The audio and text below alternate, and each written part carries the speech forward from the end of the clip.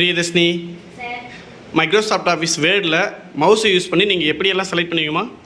Particular செலெக்ஷன்னா இப்போ பேராகிராஃபில் second line மட்டும் select பண்ண போகிறீங்கன்னா எந்த இடத்துலேருந்து செலக்ட் பண்ண போகிறீங்களோ அங்கே கர்சரை வச்சுட்டு மவுஸ் மூலியமாக ட்ராக் பண்ணிங்கன்னா அந்த லைன் மட்டும் செலக்ட் ஆகும். இதுதான் particular selection. Double click selection, இப்போ இன்சர்ட் என்ற வேர்டை மட்டும் செலக்ட் பண்ண போகிறீங்கன்னா அந்த வேர்டு மேலே கர்சரை வச்சு டபுள் கிளிக் பண்ணிங்கன்னா இன்சர்ட் என்ற வேர்டு மட்டும் செலக்ட் ஆகிடும்.